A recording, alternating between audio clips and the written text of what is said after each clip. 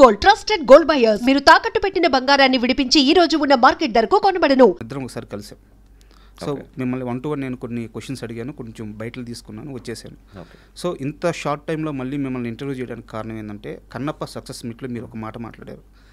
Big boss 2లో నేను winner అయిన తర్వాత బయటికి నేను వెళ్తే, కౌశల్ నీ కోసం నిర్మాతలు డైరెక్టర్లు చాలామంది వెయిట్ చేస్తున్నారు, బయటికి వెళ్తే నువ్వు చాలా బిజీ అయిపోతావు అని చెప్పి నాని గారు కూడా అన్నారు. సో నేను ఆ మాటను నమ్మి చాలా హోప్స్తో బయటకు వచ్చాను. బయటకు వచ్చి చూస్తే కొన్ని లక్షల మంది రోడ్ల మీద మీకోసం ఎక్కడ పడితే అక్కడ, మీరు ఎక్కడికి వస్తుంటే అక్కడ. సో అది నిజం కూడా, ఆ క్రేజ్ కానీ మీకు రావాల్సిన అవకాశాలు నిజంగా వచ్చి ఉండాల్సింది, బట్ రాలేదు. మొన్న మీరు ఆ మాటను ప్రస్తావించారు. సో చాలా బాధ వేసిందని. సార్ ఇక్కడ అంటే క్వశ్చన్ కొంచెం లెంత్గా ఉండొచ్చు, బట్ అడుగుతున్నాను. కౌశల్ని అభిమానించే కొన్ని లక్షల మందికి ఈరోజు ఒక డౌట్ ఉంది. కౌశల్ ఎందుకు ఇంకా పెద్ద సినిమాల్లో ఎక్కువ రోల్స్ చేయట్లేదు, ఎక్కువగా ఎందుకు స్క్రీన్ మీద కనిపించట్లేదు అని చెప్పి వాళ్ళందరికీ ఒక డౌట్ ఉంటుంది. సో ఇక్కడ మిమ్మల్ని తప్పుగా అనుకునే అవకాశం కూడా ఉంది. నిజంగా కౌశల్ సీరియస్గా ట్రై చేయట్లేదా? ఇండస్ట్రీ కౌశల్ని పట్టించుకోవట్లేదా? అసలు 2018 నుంచి 2025 వరకు మీరు ప్రయత్నాలు ఏ విధంగా చేశారు అవకాశాల కోసం? నాకు అది కాస్త డీటెయిలింగ్గా కావాలి సార్. అంటే మీ దృష్టిలో సక్సెస్ అంటే ఏంటి అసలు యాక్చువల్గా? అంటే సినిమాలు ఒక్కటే సక్సెసా? లేదు, ఎక్కడైనా బిజీగా ఉండడం, లైఫ్ ముందుకెళ్ళడం, ఒక పనిలో మనం సక్సెస్ అవ్వడం, సో మనం అనుకున్న సాధించడం సక్సెస్. చాలామంది దృష్టిలో అంటే యాజ్ అన్ యాక్టర్ డెఫినెట్గా బయటకు వచ్చిన తర్వాత 10 సినిమాలు చేయాలనుకోవడంలో తప్పు లేదు sir. But as a person I'm succeed after the Bigg Boss actually. అంటే బిగ్ బాస్కి ముందు నేను నిజంగా మేబీ 100కి ఒక 20-30 మందికి తెలిసి ఉంటుంది. బట్ బిగ్ బాస్ నుంచి బయటకు వచ్చిన తర్వాత 100కి 90 మందికి తెలుసు నేను. సో ఆ 90 మందికి తెలియడమే ఒక పెద్ద సక్సెస్ యాక్చువల్గా. ఇప్పటికీ కూడా యూఎస్కి వెళ్ళినప్పుడు, లేకపోతే ఆఫ్టర్ 7 years యూఎస్కి వెళ్ళినా కూడా ఆ 2018లో బిగ్ బాస్కి బయటకు వచ్చినప్పుడు ఎలాంటి అభిమానం, ఎలాంటి ఆప్యాయత ఉందో ఇప్పటికీ నన్ను చూస్తే చాలామంది పెద్దవాళ్ళు కన్నీళ్ళు పెట్టుకుని నువ్వు ఎలా తట్టుకున్నావయ్యా లోపల అంతమంది మధ్యలో నేడుస్తూ ఉంటారు యాక్చువల్గా. ఇప్పటికీ అదే ఫీలింగు, అదే ప్రేమ ఉంది. So that is a big success for మీ.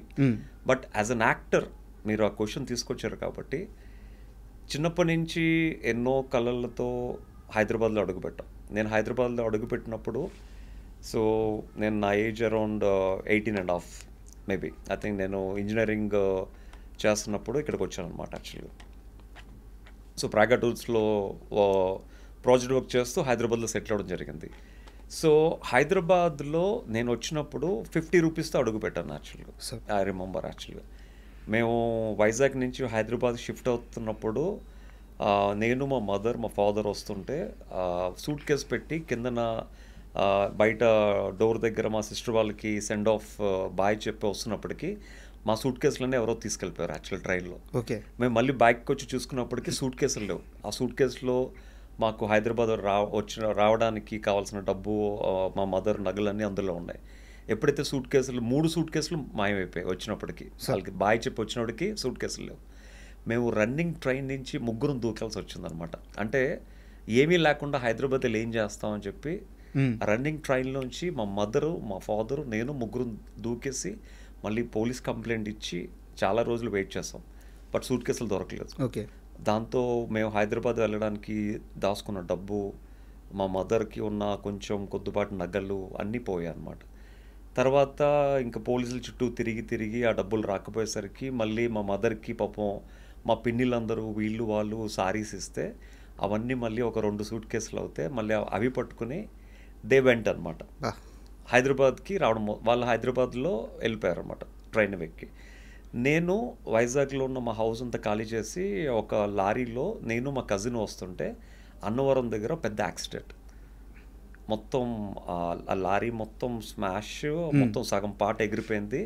లోపల మా సామాన్లన్నీ రోడ్డు మీద చిందరవందరగా పడిపోయాయి. ఇంకా సామాన్లు తీసుకుని కూడా ప్రయోజనం లేక ఆ సామాన్లన్నీ అలాగే వదిలేసి మేము ఒక 2 days తర్వాత హైదరాబాద్ రావడం జరిగింది. అలాంటి పరిస్థితుల్లో హైదరాబాద్లో 50 రూపీస్తో అడుగుపెట్టాను యాక్చువల్గా. సో అప్పుడు మేము బిఎస్ మక్తా సోమాజిగూడ దగ్గర ఒక 600 రూపీస్ రైల్వే ట్రాక్ పక్కన ఒక స్లమ్లో అద్దెకి ఉండేవాళ్ళం యాక్చువల్గా. That is how I started my life in Hyderabad actually. కాకపోతే అక్కడి నుంచి కొంచెం దూరం వెళ్తే ఒక ఎస్టీడీ బూత్ ఉండేది. రోజు కాయిన్స్ వేసుకుని అక్కడున్న కొంతమంది కొరియోగ్రాఫర్స్కి, కోఆర్డినేటర్స్కి, యాడ్ ఫిల్మ్ డైరెక్టర్స్కి ఫోన్ చేస్తే ఎవరో ఒకరు ఏదో ఒక 3 రోజులకి ఒక పేజర్ ఉండేదన్నమాట.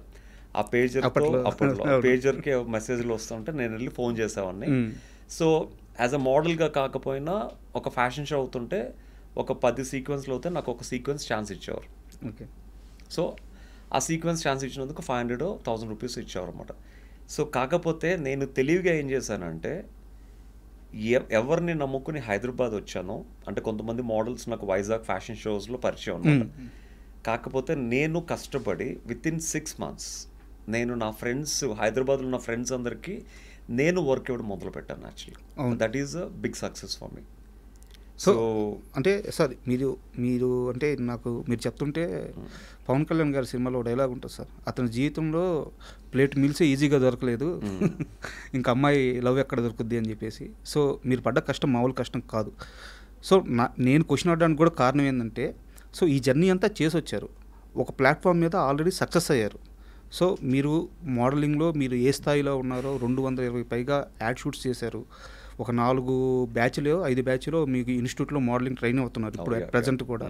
సో సంవత్సరంలో సమ్మర్ అంతా నాకు తెలిసి యూఎస్లోనో యూఎస్లోనే సార్, సో అక్కడే బిజీగా ఉంటారు. సో మీరు ఒక లైఫ్లో ఒక పార్ట్లో చాలా సక్సెస్ అండ్ ఒక మంచి లగ్జరీ లైఫ్ కూడా లీడ్ చేస్తున్నారు. సో నేను అడిగేది ఏంటంటే, ఒక యాక్టర్గా కూడా ప్రూవ్ చేసుకోవాలని చెప్పి మీకు కోరిక ఉన్నప్పుడు మీరు దానికి అర్హుడు. మీరు వెళ్ళి చాలామందిని కలిశారు, అక్కడ కలిసినప్పుడు మీకు ఎలాంటి పరిస్థితులు ఎదురైనాయి? బిగ్ బాస్ నుంచి బయటకు వచ్చిన తర్వాత నాని గారు బయటకు వెళ్ళి కౌశల్ నీకు చాలామంది వెయిట్ చేస్తున్నారు అన్నారు. నేను అప్పుడు అదే చెప్పాను నాని గారు కూడా, మీరు నాకు ట్రోఫీ ఇచ్చారు, ఈ ట్రోఫీతో నాకు బయట పెద్ద ఉపయోగం ఉండదండి, కాకపోతే మీరు చేసే ప్రతి సినిమాల్లో నాకు ఒక మంచి క్యారెక్టర్ ఇవ్వండి, that is a big success for me అంటే, లేదు నువ్వు బయటికి వెళ్ళు చాలామంది వెయిట్ చేస్తున్నారు, నీకే తెలుస్తుంది అన్నారు. నేను బయటికి వెళ్తే నా లైఫ్ మారిపోద్ది, ఇంకా లైఫ్ అంతా సెటిల్ అయిపోద్ది, ఇంకా జీవితంలో ఇంకా కష్టం అనేది ఉండదు, నేను నమ్ముకుని వచ్చిన ఇండస్ట్రీలోనే చాలా స్ట్రాంగ్గా సెటిల్ అయిపోవచ్చు అన్న నమ్మకంతో బయటకు వచ్చాను.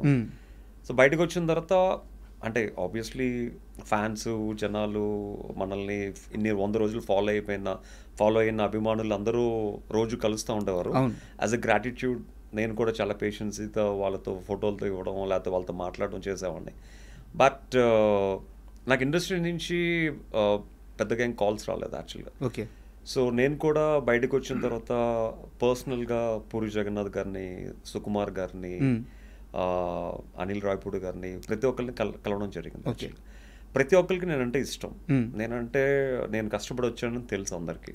ఇండస్ట్రీకి ఒకప్పుడు మోడల్స్ లేనప్పుడు నేను మోడల్స్ని ఇంట్రడ్యూస్ చేశానని అందరికీ తెలుసు. ఈవెన్ ఇన్ఫ్యాక్ట్ పూరి జగన్నాథ్ గారి ఫస్ట్ ఫిల్మ్ బద్రికి మొత్తం కాస్టింగ్ కూడా నేనే చేశాను. బట్ ఏంటంటే ఐ థింక్ కౌశల్ నీకు మంచి క్యారెక్టర్ ఇవ్వాలి, అలాంటి క్యారెక్టర్ ఇస్తే మీ ఫ్యాన్స్ ఉందని మమ్మల్ని వేసుకుంటారు, మంచి క్యారెక్టర్ ఇవ్వాలి, బట్ క్యారెక్టర్ పడితే డెఫినెట్గా వి విల్ టెల్ యూ అనేవారు కానీ. బట్ నాకు ఎప్పుడు మళ్ళీ ఫోన్ వచ్చేది కాదు. అంటే ఒక డైరెక్టర్ని మనం 1-2 సార్లు కన్నా అంతకన్నా ఎక్కువ సార్లు మనం అడగలం. అప్పటికీ కూడా అంటే బిగ్ బాస్ విన్ అయిన యాజ్ అ విన్నర్గా యూజువల్గా ఒక కంటెస్టెంట్కి కొంచెం యాటిట్యూడ్ కూడా పెరుగుతుంది. ఈవెన్ నా యాటిట్యూడ్ని అన్ని పక్కన పెట్టి పర్సనల్గా చాలామంది దగ్గరికి వెళ్ళి ఐ ఆస్క్ దెమ్, అంటే at the age of 4 years నుంచి ఐమ్ యాక్టింగ్ థియేటర్. సో ఎలాంటి రోల్ ఇచ్చినా ఐ కెన్ డూ జస్టిస్ అండి. బట్ ఇప్పుడు ఫేమ్ కూడా ఉంది, సో ఈ టైంలో మంచి క్యారెక్టర్స్ పడితే లైఫ్ అంతా ఐ కెన్ సెటిల్ అయిపోవచ్చు, మీరు నాకు అది పెద్ద హెల్ప్ చేసిన వాళ్ళు అవుతారు అని చెప్పాను. బట్ అందరు ఇద్దాం అనుకుంటారు కానీ, బట్ ఐ డోంట్ నో లాస్ట్లో ఏమవుతుందో తెలియదు కానీ, బట్ కరెక్ట్ అయిన క్యారెక్టర్ పడుంటే ఈ పాటికి సెటిల్ అయిపోయి ఉన్నాయి. అంటే ఒక యాక్టర్ కావాల్సింది ఒక మంచి పర్సనాలిటీ, ఒక మంచి ఫిజిక్, ఒక మంచి లుక్స్, అండ్ దానికి తోడు ఒక టాలెంట్. అవన్నీ మనకున్నప్పుడు ఇంతకుముందు అవన్నీ ఉన్నా బయట పేరు లేదు, దాని పేరు లేకపోవడం వలన నాకు ఇవ్వట్లేదేమో అని ఒక క్వశ్చన్ మార్క్ ఉండేది. బిగ్ బాస్ గెలిచిన తర్వాత పేరు కూడా యాడ్ అయినప్పుడు I thought it will be more easier for me. But even then I didn't get good roles అని చెప్పాలి సార్. అంటే ఈ ఇంటర్వ్యూతో నేను కౌశల్కి చేసే ఫేవర్